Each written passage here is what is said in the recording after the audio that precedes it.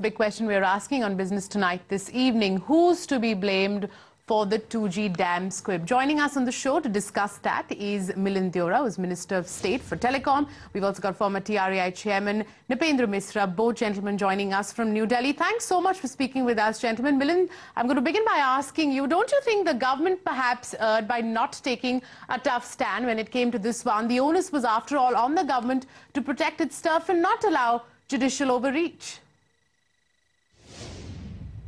We are very clear about the balance that we think is right for India with regards to, for example, in telecom, with regards to revenue maximization and with regards to increasing teledensity. And we have been implementing a consistent set of policies along the way, some of which have been implemented by the NDA government. We've just continued that policy forward. But when the atmosphere becomes very shrill, when people who don't have any stake or understanding of economic issues begin to dictate the economic discourse in our country, and you are branded as corrupt if you're on this side, and crony capitalist if you're on another side, and there's not much room to maneuver, there's not much balance left in our society, then every institution begins to take harsh and perhaps even silly decisions which aren't driven actually by merit or logic, but are actually just driven by, what's out there in the public domain. And that is extremely dangerous for our economic discourse. That's dangerous for giving confidence to domestic investors. It's extremely dangerous to even foreign investors who want to see consistency of policies. It is dangerous for economic discourse. Mr. Misra, comment on that. Who's to blame for the auction failure? No one is complaining, but, who's to be blamed for this? Is it the government that ended up going with a high reserve price? Is it the TRAI that recommended an exorbitantly high reserve price in the first place? Is it the CAG that put pressure on the government and the TRAI to go in for revenue maximization? Who's to be blamed?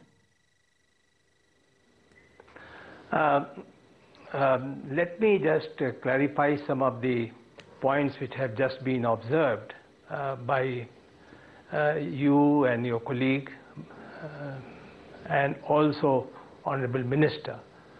The first thing I wish to clarify is that there was no judicial activism when it came to determining the price for the auction. In fact, the Supreme Court, on a presidential reference, had said clearly two things. Firstly, that it should be some kind of a market dynamics which should finally evolve or identify or determine the price. And then secondly, the consumer's interest, affordability, development should be the prime considerations.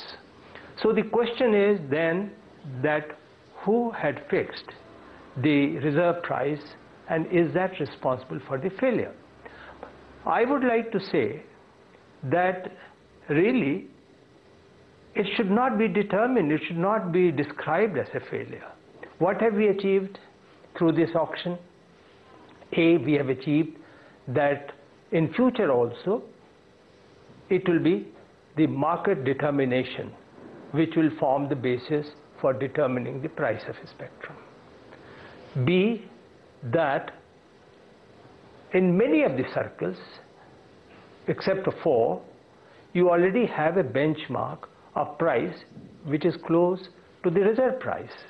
And thirdly, the kind of bidders which you see now, that they are all incumbent operators, plus of course the new licensees Telenor and Videocon, is indicating that the direction should be in future for consolidation. So I would not really take a view that the auction has failed miserably. I would perhaps like to take a view that let us from this determine what is the road ahead. Now permit me to clarify one very important consideration which led to certain degree of depression in this whole exercise of auction, and it got finished in 2 days. And there were 3 other issues which were influencing the mindset of all the bidders. Those 3 issues were, what would be the price of 900 megahertz band once the 1800 megahertz band auction price is determined? Because the government and TRAI both have been talking about reforming of 900 megahertz band and asking the owners of 900 to move to 1800 megahertz band. One can have a view. I have a view that it should be monetized rather than, they should be asked physically to move out from that. They should be asked to pay for retaining that. The second policy confusion or uncertainty is what would be the price that the incumbents would have to pay in case they are holding more than 6.2 megahertz. And that again has depressed, because if their benchmark is going to be the auction price, no one wants it.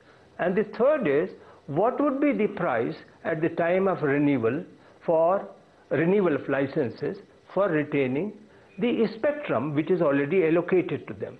So when you have the combination of a reserve price which is slightly on the high side, right, and when you have three regulatory uncertainties, then it crashed. So okay, I wouldn't really describe this as a major flop. Right, I get that point, Mr. Mishra. You're saying you don't think the auctions have failed. Milind Deora, comment on that. The Supreme Court never asked the government to conduct auctions at a high reserve price. They only said auction the spectrum that's been made available by cancellation of these licenses. Did the government err in following TRA recommendations? I think the larger point is not why the court did something or why somebody else did something. I really think what the problem that we have to try and fix in our country today is that on economic issues which involve several stakeholders, all the way from the government to investors and industry to the end consumer, we have to let these issues be out in the public domain for a while. They have to bake in the public domain. People have to discuss them, debate the pros and cons, the merits and demerits of each of these issues. And then we have to evolve at a consensus. I think what happens is when political parties, because political parties are also opportunists, political parties also want to win votes and criticize the incumbent government. When political parties hijack the agenda, when those who have little or no stake even in the political process begin to hijack the agenda, when those who just want to create an atmosphere of negativism, which they believe will weaken the economy and that will help them come to power, when those elements and outfits begin to, they've hijacked the economic discourse in our country, I do agree with you that it is important for a government to ride roughshod over them and say we are going to do what we believe is in national interest, whether you like it or not. Right, Mr. Mishra, I want to come back to you. You know, your point well taken that you said that you do not see these 2G auctions as a damn squib or having bombed. But, I'd like to know then, what are you making of the fact that earlier on in the day, we had the telecom minister, Mr. Kapil Sibal, come out and sort of defend the poor show that we saw, these 2G auctions, by saying that, the government and we probably would have managed to rake in more revenues had we got a free hand in policy making. What are you making of that statement then? Well, I'm really not, I would refrain from making any comment about the Honorable Minister's observation, but let us see the data. They had put the slots about 144 or 145 in number, and they have got bids for 107. These bids are close to what is the reserve price, are just equal, it's not less. So, if we have got the reserve price already in these bids, and we already have a benchmark now for many circles, then I suppose there is a forward positive movement. And we must encash on that positive movement. Agreed that we have not, it was estimated that the total revenue would be around 30 to 35,000 crores, and we have got 9,000 crores. But then we still have a story. We still have auction to be redone. And once that is done and the success is attained, it should be possible for the government to mop up about 25,000 crores. I think the whole thing has to be seen. Let me just suggest, I venture to suggest a way out. You see, in year 2000, 99-2000, there was a migration policy once the first auction failed. And the migration policy recognized two things. You have to make one-time payment, and then you have to make payment on a deferred basis as you earn revenue. So in today's atmosphere, I suppose we may have to redesign the auction in a manner which takes into account a certain minimum reserve price. It happened in 3G though that we kept a low reserve price and we got higher revenue. So we maintain a reserve price and we indicate that what sort of percentage revenue would be additionally recovered from the telecom service providers, which will then make up for the estimated receipts that the government wants.